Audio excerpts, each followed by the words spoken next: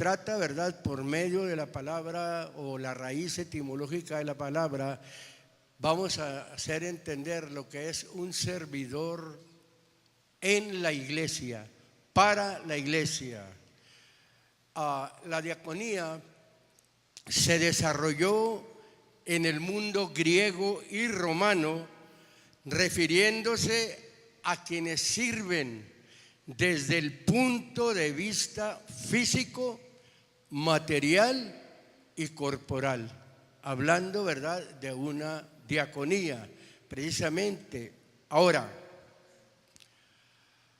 la diaconía no consideró solo, fíjese, el servicio material y doméstico entre los primeros cristianos. También consideró el área espiritual. ¿Para qué? Para que haya un desarrollo en el servicio, ¿verdad?, de cada persona, ¿verdad?, que tiene un llamado a hacer una ayuda, ¿verdad?, para el ministerio. No se queda ahí. Usted recuerda, ¿verdad?, a Felipe, recuerda a Esteban, cómo desarrolló precisamente, ¿verdad?, el llamado de ellos hasta llegar a manifestar, ¿verdad?, un ministerio de evangelistas. Uno murió, ¿verdad?, como mártir, ¿verdad?, que fue en este caso Esteban. El otro, ¿verdad?, solamente Dios lo sabe, la Biblia no registra, pero sí registra que tuvo un ministerio, ¿verdad?, de evangelistas. Ahora, vuelvo a repetir, cómo es que la palabra diaconía viene precisamente, ¿verdad?, de diácono, y vuelvo a repetirlo, que significa precisamente servidor. El término, quiero que lo entienda por favor, se aplica a cualquier servicio no especificado. Cualesquiera puede ser un servidor, ya hablando en general, hasta los de afuera son servidores, porque ahorita lo vamos a ver en qué forma lo son. La palabra griega es mucho más frecuentemente traducida siervo y ministro, fíjese, más que diácono. Por ejemplo, se refiere 2 veces a Cristo, según Romanos 15:8 y Gálatas 2:17. Yo quisiera que se grabe esto. También a Pablo y a otros, según, ¿verdad?, el libro de los Colosenses, capítulo 1, verso número 7. También a magistrados o a gobernantes, según el libro de los Romanos, capítulo 13, versículo 4. E incluso, fíjese, a los emisarios de Satanás, según, ¿verdad?, la segunda de Corintios 11:15. Ahora, vamos a hablar un poquito, ¿verdad?, de las responsabilidades de un diácono. Las responsabilidades de un diácono, fíjese, están claramente enumeradas aquí en las Escrituras. Se asume que es todo aquello, fíjese, que no incluye los deberes de un anciano o pastor, según la primera de Timoteo, capítulo 3, versículo 8 al 13. ¿Sí se alcanzó a entender esto? Las responsabilidades, fíjese, de un diácono están claramente enumeradas aquí en las Escrituras. Se asume, vamos a mencionar esto claramente, se asume que es todo aquello, ponga atención, que no incluye los deberes de un anciano o un pastor. No tiene por qué meterse, ¿verdad?, a un nivel que todavía no ha alcanzado, que puede llegarlo a alcanzar con el tiempo, como lo vamos a ver ahorita, y como lo vimos precisamente, ¿verdad?, con Felipe y con Esteban, cuando aquellos fueron llamados, ¿verdad?, o fueron, ¿verdad?, provocados, que es en el capítulo 6 del libro de los Hechos, que ahorita lo vamos a ver, ¿verdad? Vemos cómo fue el comienzo de su ministerio. Y después la Biblia nos da testimonio del desarrollo que tuvieron con el paso del tiempo, con la entrega al Señor, lo que alcanzaron al grado, ¿verdad?, de uno morir, vuelvo a decirlo, como un mártir. Un mártir es alguien que muere por la obra del Señor. El otro, ¿verdad?, alcanzó un ministerio de evangelista, la Biblia lo dice, ¿verdad? Del primero habla según Hechos 6, del 8 al 10 de Esteban. Del segundo de Felipe, ¿verdad?, habla, ¿verdad?, en el libro mismo de los Hechos, en el capítulo 21, del versículo número 8.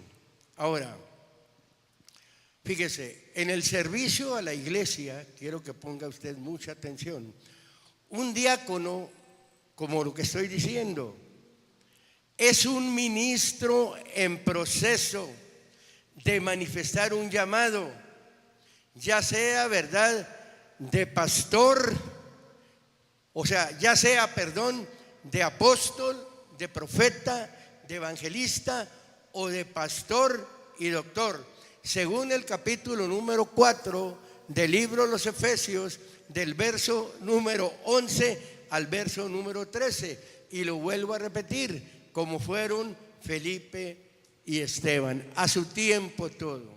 Para tomar este lugar tiene que haber un tiempo, tiene que haber una dedicación, tiene que haber una manifestación de un ministerio para que pueda haber un reconocimiento. Vamos a ver, ¿verdad?, cómo aquellos hombres comenzaron precisamente, ¿verdad?, su ministerio. Capítulo número 6 de los Hechos.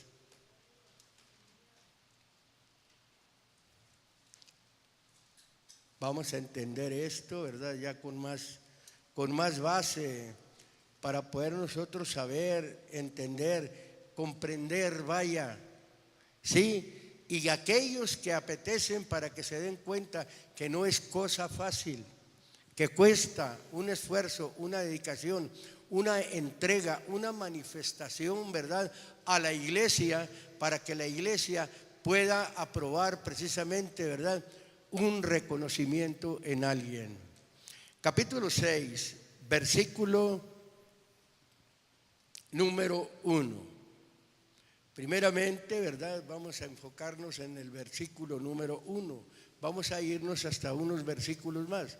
Dice el versículo número 1, dice: en aquellos días, o en aquellos tiempos, o en aquel tiempo, creciendo el número de los discípulos, hubo murmuración. Como siempre, hay murmuradores que refunfuñan, de esos, ¿verdad?, que están nomás criticando, que esos están, ¿verdad?, nomás viendo.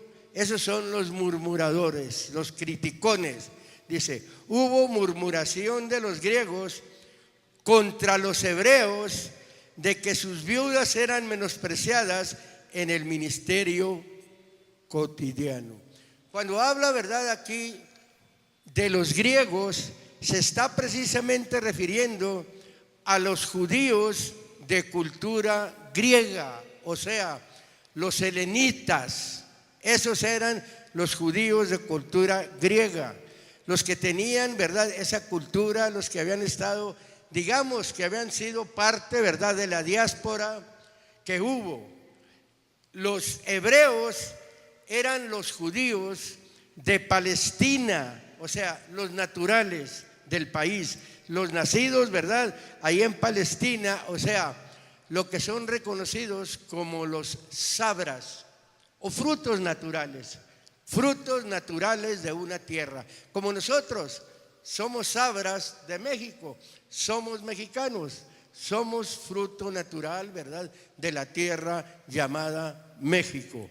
Voy a volver a leerlo, dice: en aquellos días, creciendo el número de los discípulos, hubo murmuración de los griegos contra los hebreos, de que sus viudas eran menospreciadas en el ministerio cotidiano. Ahora, sigue diciendo el texto: así que los 12, ya refiriéndose a los 12 apóstoles, dice, convocaron la multitud de los discípulos. Aunque primeramente yo puedo mencionar aquí, aunque los 11, porque aquí ya no estaba Judas, ya se había quitado la vida Judas, ¿verdad? Por su grande pecado de haber entregado al Señor. Así que los 12 convocaron la multitud de los discípulos y dijeron: no es justo, fíjese lo que dijeron los líderes primeros de la iglesia, no es justo, dice, que nosotros dejemos la palabra de Dios y sirvamos a las mesas. En aquel tiempo, ¿verdad? Aquellos 12 estaban haciendo un trabajo material. La iglesia se empezó a desarrollar. Ellos necesitaron de ayudas y no hallaron como justo ellos hacer el trabajo material. Entonces, lo que hicieron ellos, ¿verdad? Dice el texto muy claramente, le hablan, ¿verdad?, a los discípulos, porque servir a las mesas es hacer el trabajo material. Dice el versículo número 3: buscad pues, hermanos, les dice a la congregación, a los hermanos, 7 varones de ustedes, de buen testimonio, llenos de Espíritu Santo y de sabiduría, los cuales pongamos en esta obra. En algunas versiones dice, como dice en la original, los cuales pongamos en esta tarea. Es una tarea material que deben de hacer, ¿verdad?, aquellos que se eligen precisamente para que los ministros, para que los que están, ¿verdad?, en el liderazgo de una iglesia puedan tener la libertad, puedan tener el tiempo de dedicarse precisamente a la palabra de Dios y a la oración. Eso es, debe de haber eso, una dedicación a la palabra de Dios y a la oración, y lo material no que se olvide, sino le corresponde hacerlo a otros, porque son una ayuda al ministerio. La Biblia habla de un presbiterio, o mejor dicho, voy para allá, pero voy a mencionarle.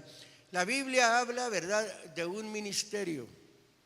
Dentro del ministerio están precisamente los presbíteros y los diáconos. Todos están en el ministerio para servir a los hermanos, pero ahí implica en que está el presbiterio, donde no incluye, ¿verdad?, que intervengan, vaya, los diáconos. Las decisiones las toma el ministerio, el presbiterio, mejor dicho. Si se invita a los diáconos a un programa o algo, se les invita, ¿verdad?, para que escuchen, para tener una atención con ellos. Pero las decisiones tienen que surgir precisamente del presbiterio, de los líderes, o sea, de los ancianos de la iglesia. Los diáconos vienen siendo ayudas para precisamente el presbiterio, para los ancianos de la iglesia. Ahora, cuando habla de buen testimonio, viene siendo de buena reputación, de buena fama. No se va a elegir a cualesquiera que porque me cae bien, o porque es mi pariente, porque es mi hijo, porque es mi compadre, porque no. Ha manifestado, ¿verdad?, que verdaderamente, o han manifestado que verdaderamente están haciendo un servicio sin ningún interés y sin estar buscando un nivel. No, el nivel viene de parte de Dios. ¿Y cómo lo manifiestan? Con la constancia, con la puntualidad, con la responsabilidad, con la entrega al Señor, en la oración, en el ayuno, en la lectura de la palabra, ¿verdad?, y en compartir el evangelio a cuantos se les pone enfrente cuando es el tiempo. Eso es precisamente una vida, ¿verdad?, espiritual. Se requiere una persona que esté viviendo una vida espiritual, no a cualesquiera. No. Para que se haga conciencia, y los que no han entendido o los que ya están en esto se den cuenta, primero es el Señor, luego es mi cosa o lo otro. Siempre ando yo diciendo, ¿verdad?, lo que el Señor hace conmigo. Ya lo diré al último, lo que hizo conmigo, Desde mi diaconado voy a empezar a hablar, pero ya al último, si hay tiempo, lo que ha hecho. Ahora dice, llenos de Espíritu Santo y de llenos de buen testimonio, llenos de Espíritu Santo. Cuando habla llenos de Espíritu Santo, lo vuelvo a repetir, está hablando de una madurez espiritual, que se manifieste, que se dé a conocer una madurez espiritual. Por eso le pidieron a la iglesia y le dijeron: miren, elijan ustedes véanlo, elíjanlo, Pero a veces no ha llegado a la iglesia, ¿verdad?, un conocimiento, un entendimiento. En muchas iglesias todavía hay el compadrazgo, todavía hay las amistades, todavía hay el me cae bien, todavía hay el me la llevo bien. No. Vean a alguien que verdaderamente trabaje para que ustedes puedan tener la satisfacción de lo que se elige. No con una ligereza. Ahora, de una madurez espiritual. Cuando habla, ¿verdad?, de sabiduría, está hablando, ¿verdad?, del sentido práctico. ¿Sí sabe lo que es el sentido práctico, verdad? Ahora, en una aplicación, fíjese, más general, eso del sentido práctico, vamos a decir sabios, claros, sensatos. ¿Sí sabe cuando digo sabios? Cuando digo claros, sensatos. Una persona clara es transparente, ¿sí? Es de carácter, habla lo que entiende, sabe lo que hace. Así es como se elegían precisamente en aquel tiempo los diáconos. Primera de Timoteo, capítulo número 8. Esto lo debe entender la iglesia, lo deben entender los ministros. Bueno, yo creo que un ministro lo entiende porque pues ya pasó por ese proceso. Quizás, ¿verdad?, no hubo el cuidado, quizás, ¿verdad?, no hubo la oportunidad, quizás no había habido la madurez, ¿verdad?, o no ha habido la madurez en los ministros que les hagan ver estas cosas, ¿verdad? Porque a veces yo he mirado, ¿verdad?, cómo se ora por alguna persona o algo, y nada más se ora, no se hace ver al pueblo lo que es, ni se le hace ver, ¿verdad?, al candidato cuáles son sus responsabilidades.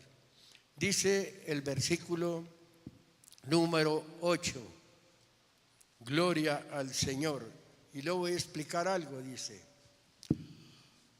los diáconos, asimismo, así como al ministro, porque es un comienzo, dice, deben ser honestos, no bilingües, no de doble hablar, ahorita sí, mañana no. Vuestro hablar sea sí, dice la Biblia, o no, sí o no, porque lo que de esto procede, de mal proviene. Y lo sigue diciendo muy claramente el texto. No dados a mucho vino, no está hablando de un vino ponzoñoso, no está hablando de alcohol, no está hablando de un vino fermentado, no está hablando de eso. El jugo de uva está hablando de la uva pura. Ahora sigue diciendo, ni tomarlo, ¿verdad?, nomás porque está tome, porque si toma mucha uva pura también se va a marear. No. A Timoteo se le recomendó que tomara un poco de vino por causa de sus enfermedades. Cuando alguien está enfermo, padece enfermedades del estómago, si toma uva o vino limpio, ¿verdad?, uvas exprimidas, con una tacita que se tome diariamente, le va a componer su estómago. Eso da a entender. Cuando dice, no dados a mucho vino, dice muy bien el texto ahí claramente, dice, verso 9, que tengan el ministerio o el servicio de la fe, ¿qué dice ahí? Con limpia conciencia. Este es un servicio de fe, no es un servicio al ahí se va. Y cuando se habla de fe, se habla de creer en lo que la palabra de Dios dice, lo que la palabra de Dios demanda. ¿Para qué? Para una persona que va a servir a la iglesia, para eso. Porque a veces la iglesia, ¿verdad?, espera que se le sirva, y a veces los que son servidos, ¿verdad?, son los ministros. Y el ministro está para servir a la iglesia. Ahora, sigue diciendo el texto, dice, que tengan el misterio de la fe con limpia conciencia. No fácilmente se entiende lo que es la fe, es un misterio. La fe, gloria a Dios, dice. Y estos también, dice el 10, sean antes probados, ¿y qué dice allí? Y así ministren, y así sirven, si fueren sin crimen o sin acusación. Oiga, elegir a una persona que tiene un mal testimonio, elegir una persona, ¿verdad?, que no se le ha probado. ¿Quién lo ha probado? ¿Quién lo prueba? Lo prueba la iglesia. La iglesia es la que prueba, ¿verdad? Precisamente los ministros y la iglesia son los que aprueban precisamente el trabajo de alguien para poderlo dar a conocer, ¿verdad?, que ha manifestado un ministerio de Dios que tiene que desarrollar, porque ahorita lo vamos a ver. Sigue diciendo el texto, dice, y que también sean antes probados y así ministren si fueren sin crimen. Verso 10. Las mujeres asimismo, también la Biblia habla de diaconisas, pero en este caso también vamos a ponérselo a las mujeres de los diáconos. No es la regla, porque quiero decirle que hay mujeres que no respaldan los ministerios de los maridos, pero no se puede impedir que avance el ministerio de alguien que lo está manifestando con su vida y que está haciendo un trabajo en la iglesia, para la iglesia, ¿verdad? No podemos detenernos por eso. No es la regla aplicarlo aquí, pero sí, ¿verdad?, la Biblia está hablando y diciendo muy claramente, dice, las mujeres asimismo honestas, no detractoras, las mujeres de los ministros, templadas, fieles en todo. Me vuelvo a detener un poquito. También se puede elegir una diaconisa. La Biblia habla en el capítulo 16 de los Romanos, capítulo 1, versículo 1, ahí habla de Febe, una diaconisa que estaba trabajando en la iglesia de una parte llamada Cencreas, y fue elegida, y ahí dice por qué. Y habla de otras mujeres, paréceme que es en Filipenses capítulo 4, ahí habla de Febe y habla, ¿verdad?, de otra mujer, y también habla unas mujeres que sirvieron al Señor, andaban con Él, andaban sirviendo en la obra. Se puede alcanzar eso también, como estamos hablando del diaconado, lo pueden alcanzar las mujeres a su tiempo, pero a veces no hay mujeres de conciencia, ni siquiera, ¿verdad?, respaldan a un diácono. ¿Cómo se les va a reconocer? Pero no necesitan ser esposas de un diácono. Pueden ser unas mujeres que aunque nunca se hayan casado o que sean viudas, como habla de Ana, ¿verdad?, que servía, ¿verdad?, con oraciones, con ayunos, diariamente estaba en el templo, ¿verdad? Lo mismo que sucedió con Josué, ya lo vamos a ver ahorita, ¿verdad?, cómo Josué se la pasaba sirviendo al Señor. Él fue el servidor de Moisés y alcanzó, ¿verdad?, un nivel de servicio al grado que se quedó con todo el cargo del pueblo de Israel. Sigue diciendo, verso 13, verso 12, los diáconos sean maridos de una mujer, que gobiernen bien sus hijos y sus casas. ¿Sí entendemos esto? Que gobiernen bien sus hijos, ni que los traten, los maltraten, ni que tampoco, ¿verdad?, los chipileen o los consientan demasiado. Ese no es un buen gobierno. El buen gobierno aquí está, de aquí depende de la Escritura. El buen gobierno, como se hablaba, el gobierno es ir el padre un día a la presencia de Dios totalmente, juntamente con su familia. Es el deseo, un buen gobierno. Y para que los hijos entiendan también los gobiernos de los padres, porque deben de entender el deseo de cada uno de sus padres. Dice, verso número 13, Porque los que bien ministraren o bien sirvieren, ganan para sí buen grado o buen nivel y mucha confianza en la fe que es en Cristo Jesús. Usted vio los niveles que alcanzaron, ¿verdad? Aquellos 6 de los cuales estamos hablando, ¿verdad? Esteban, Felipe y los otros, ¿verdad? Prócoro, Nicanor, Parmenas, eran algunos. Vamos a seguir leyendo el texto. Gloria sea al nombre del Señor. En el libro de los Filipenses tomo textos muy conocidos, pero cada vez que los leo, que los tomo y más para un trabajo, ¿verdad?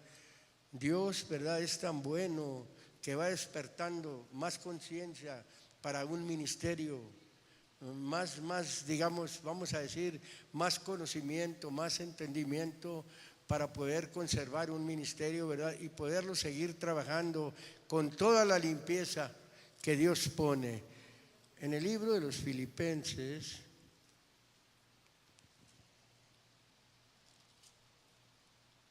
capítulo número 1, versículo número 1. Miren de lo que se compone la iglesia, de lo que se compone una congregación. Dice el versículo número 1, Filipenses 1:1 dice: Pablo y Timoteo, ¿qué dice ahí? Siervos de Jesucristo. Se están presentando estos hombres no como unos simples servidores, se están presentando como hombres que servían al Señor estando aquí en la tierra. Y lo dice: a todos los santos. ¿Quiénes son los santos? Los hermanos, los consagrados al servicio de Dios. Todos estamos dentro de una diaconía, tanto santos, tanto obispos como diáconos. La iglesia es para una diaconía, un servicio. Todos somos llamados a servir a nuestro nivel. Pero hay niveles que se alcanzan, como el que estamos hablando, ¿verdad? El nivel de participar del ministerio de la palabra de Dios. ¿Cómo tiene, verdad, un principio? Primeramente, ¿verdad? Como santo, como consagrado al servicio de Dios, se puede llegar un día, cualquiera de ustedes, los varones, o cualquiera de las mujeres puede llegar un día a alcanzar un nivel, pero somos tan conformistas que siempre estamos en el mismo nivel, porque no hay un entender, no hay una búsqueda, no hay un pedir a Dios, ¿para qué me necesitas en la obra? Y luego dice, a todos los santos, ya dijimos, dice, en Cristo Jesús, que están en Filipos, ¿qué dice ahí? Con los obispos, fíjese, los obispos, los supervisores o los sobreveedores o los vigilantes. Un obispo es un sobreveedor. Ve, estamos hablando de visión ahí abajo. La visión de un obispo es mucho más de un principiante, de un simple servidor de Dios. Yo no sé en qué cabeza cabe, si en mí cabe pensar yo que pueda servir más alguien que no tiene un ministerio, ¿verdad?, que un ministro. Por eso se nos está hablando para que nosotros entendamos lo que es el liderazgo. Ahora, sobreveedores. El primer sobreveedor es el Señor. Y el principado, ¿qué dice? Sobre su hombro. ¿Por qué cree que todos los oficiales del ejército que traen aquí? Una señal, traen los niveles aquí en el hombro. Los generales traen varias estrellas, ¿verdad? Ya hay diferentes rangos y los identifica, ¿verdad?, una señal. Pero el Señor es el primero. Esos son los sobreveedores. Ahora, los diáconos, vuelvo a repetirlo, ya lo dijimos, servidores pero su reconocimiento es como ayuda al ministerio. Porque ha habido diáconos que quieren conocer más, saber más que el ministerio, nada más porque saben mucha escritura, pero no tienen la experiencia, no tienen la misma visión y se sienten superiores porque están llenos de letra. La experiencia es muy efectiva en la vida de un ministro, desde el principio, desde el llamado. Un llamado, ¿verdad? Desde que se viene como oyente, si vienes a oír, si vienes con el corazón abierto, empiezas a oír, pasa el tiempo, te empiezas a relacionar. Ya cuando te relacionas, que entiendes, ¿verdad? Llega el momento en que entiendes, pides el bautismo. Pero hay ese sentir y sigues trabajando. Te acomides desde antes de venir a las aguas del bautismo. Cuando Dios llama a alguien es porque ha creído, y desde que cree es bautizado con el Espíritu Santo, como aquellos del capítulo 10 de los Hechos fueron bautizados del Espíritu Santo antes de ser bautizados en agua. ¿Qué impide, dice, para que estos sean bautizados? Y dice que había descendido el Espíritu Santo, porque el Espíritu empieza a guiar a una persona, aunque no esté bautizada en agua, empieza a entender y se empieza a acomodir en una iglesia. No espera nunca, ¿verdad?, alcanzar los niveles de un ministro, no, lo que quiere es servir a Dios. Eso es precisamente lo que nosotros estamos viendo. Allá en el libro de Nehemías, vuelvo a repetir el texto, a ver qué le podemos sacar más a este. Capítulo número 10. Por favor, lo hablo, ¿verdad?, como se hablaba en la mañana. Que quisiera uno, ¿verdad?, que entendieran la visión, que pusieran atención, que captaran, porque ese es el deseo de todo líder, que capten la visión. La visión viene de aquí. De aquí viene la visión, ¿verdad? ¿Para qué? Para una congregación, para que una congregación se fortalezca, crezca y sea una congregación entendida. Capítulo número 10, versículo número 34, dice así: echamos también las suertes los sacerdotes, los levitas y el pueblo.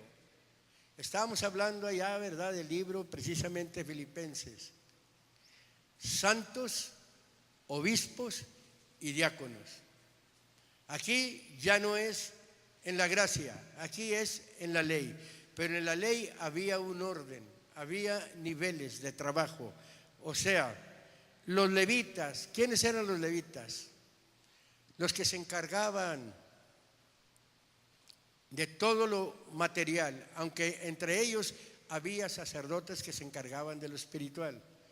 En el ministerio no todos van a encargarse de lo espiritual, pero hay algunos que se pueden encargar de lo material. Ese diaconado es precioso.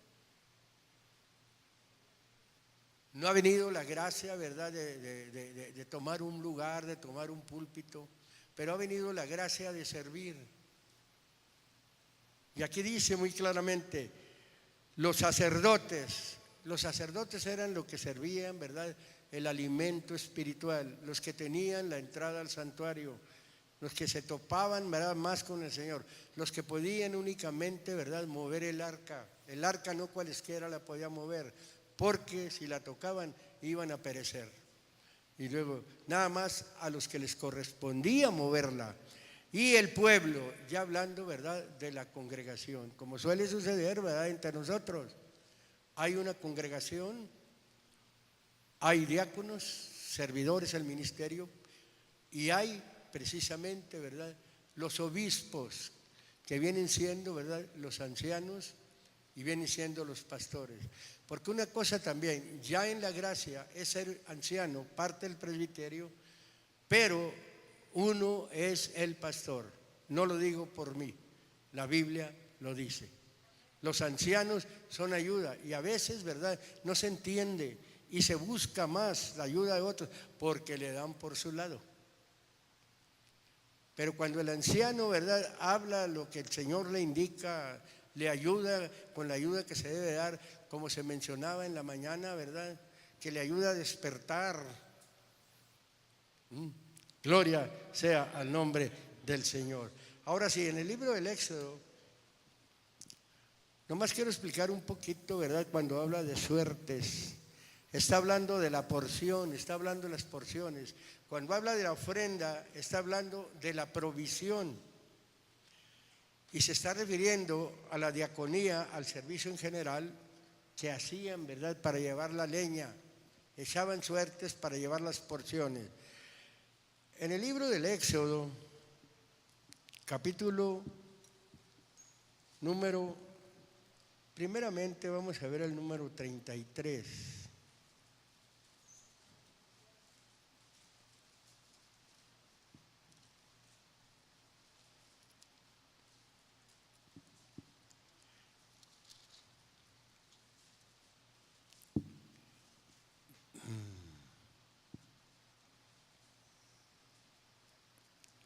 Capítulo número 33, versículo número 11. Fíjese cómo dice el texto. Y hablaba el Señor a Moisés cara a cara, o rostro con rostro. Qué bendición la de ese hombre. Dice, como habla cualquiera a su compañero, que no es la regla, pero mire qué manifestación de Dios. Cara a cara hablar con Dios. Santo el Señor. Por eso decíamos de la mañana, ¿verdad?, la comparación en el ministerio de Moisés y en el ministerio del Señor Jesucristo. Dice, como habla cualquiera a su compañero, y volvíase al campamento o al campo, mas el joven Josué estaba en su juventud, fíjese. ¿Qué dice ahí? En mi Biblia dice, su criado, o su ayudante, o su siervo. ¿Cómo dice en su Biblia? Servidor, ¿verdad? Era su criado. A veces alguien, ¿verdad?, toma la cosa de criado, lo toma como una ofensa. Bueno, para aquel que no sirve de corazón, ese sí lo toma como una ofensa. Pero aquel que sirve de corazón es un privilegio, es una bendición. Servir, así como sirve en el trabajo. En el trabajo la mayoría no sirven de corazón, sirven por la paga. Y son muy buenos servidores. Y son muy puntuales. Y son muy constantes. Y alcanzan nivel de trabajo. Pero no es con el corazón.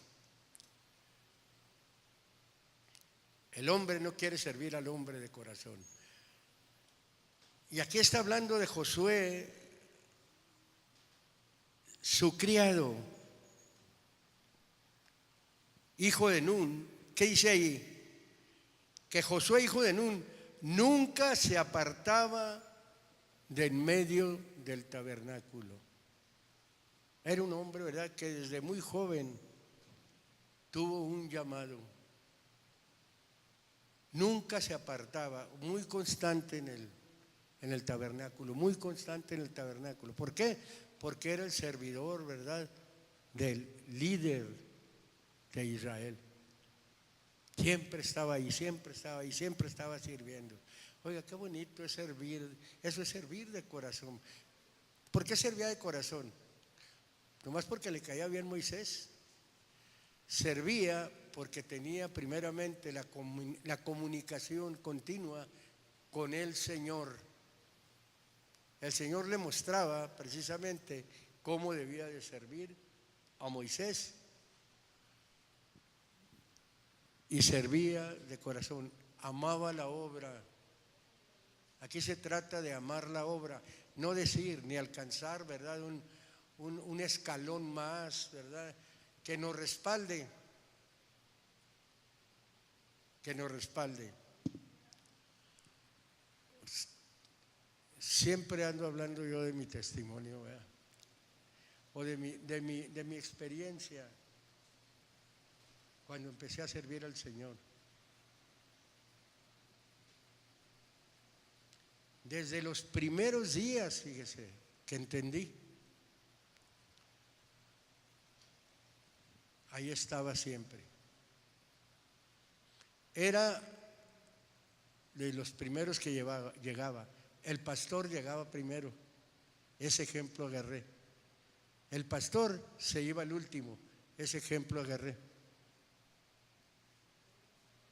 Desde que llegaba barriendo, llegaba acomodando, porque la obra empezó, nos sentábamos en unos banquitos eran cajones de leche, de esos de plástico, es lo que teníamos.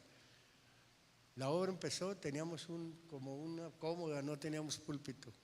Empezamos como 6, 7 gentes. Las de la casa donde empezó la obra, si era verano daban agua fresca, ya andaba yo acarreando y haciéndole el agua para cuando llegaran los hermanos. Ya había quedado todo el espacio. Si era invierno, empezó a crecer la obra, daban pan y café, porque no éramos muchos. Ya andaba yendo a la panadería, pero yo me ofrecía, a mí me gustaba eso. Venía del trabajo y llegaba a la iglesia. Me casé y fue la misma rutina. La misma rutina. Es el ejemplo que le pude dar a mi mujer por ahí. Acompañarme donde quiera. Teníamos cultos lunes, como aquí, jueves y domingo. Y ahí estábamos en cada culto. Lo que era martes, lo que era miércoles, lo que era viernes, teníamos un hogar para cada día. Llegaba yo y ya me estaban esperando con mis muchachos bañaditos, cambiaditos. Y de ahí nos íbamos a un hogar o nos íbamos al culto. Había muchas campañas, el pueblo era muy trabajador, los pocos, todos los hermanos trabajaban. Yo creo así como los vieron ahora que fueron a Colorado, a los hermanos, porque son de allí. Muchos de los que vieron ustedes, ahí crecieron bajo el ministerio de uno. Ya algunos ya son ministros, ya Dios ha hecho la obra en ellos, gracias a Dios, ¿verdad? Pero ese es el comienzo de un ministerio, no esperando nada, que todo venga. Que el ministro se enseñe a depender de Dios. Mientras es diácono, está bien, se tiene un trabajo material, ¿cómo no? Pero ya cuando se alcanza un nivel de atender una congregación, debe de ser todo el tiempo para la congregación, para depender del Señor. Cuando yo empecé ya un reconocimiento ministerial, ya como ministro, como anciano, ya el pastor me dijo: ¿sabe qué, hermano Rubén? Usted ya no debe trabajar. Mi trabajo era un trabajo excelente, ¿eh? Trabajaba yo en la Comisión Federal de Electricidad. Yo compré un terreno para vivir, el que tengo, lo pagué al contado, 90,000 pesos, ahí están. Yo tenía ese trabajo, pero en el trabajo me empezaron a exigir que hasta saliera de la ciudad por días. Ya no hacía lo mismo. Empezamos a orarle al Señor. Estuvimos orando para dejar parte de eso. Duramos bastante orando y dejé el trabajo. ¡Pum! Me quedé sin trabajo, me quedé sin nada. Pero el Señor siempre ha respaldado la obra. No hay justo desamparado. Y seguimos haciendo el trabajo. Cuando dejamos allá y venimos a este lugar, yo estaba en mi casa y ahí me fueron a buscar para ofrecerme este lugar y empezar a hacer campañas. Pasó el tiempo y también me dijeron: hermano, ya encárguese de nosotros, ya no trabaje. Y lo han hecho y lo siguen haciendo. Y la botija no deja de gotear, siempre está goteando, no buscando niveles materiales, no buscando buenos carros, buenas casas, buenas posiciones, no, únicamente la visión, el blanco de la soberana vocación. Eso es. Son los niveles, lo estoy hablando, que se pueden alcanzar y cómo se pueden alcanzar. Aunque no es la regla, un ministerio así no es la regla, no es la regla. Pocos han tenido esa experiencia, pocos. No es la regla. Muchos, ¿verdad?, han heredado las congregaciones o les han llamado porque el ministro se va a otra parte o llegan a fallar los ministros y les entregan congregaciones, o se muere el pastor y agarran el trabajo, ¿verdad?, o se les hereda el trabajo, pero es un trabajo que debe de cuidarse siempre. Y estoy muy contento yo porque sé, no me quedan muchos días, años, mejor dicho, pero ya tengo la confianza, ya tengo el respaldo de Dios, de morir con satisfacción, de que se quede un trabajo. Y hay ministros que son honestos, que son honrados, que son formados y tienen bastante material para alimentar una congregación. Así es que en esta tarde tenemos el reconocimiento, ¿verdad? Precisamente el principio reconocido, ¿verdad?,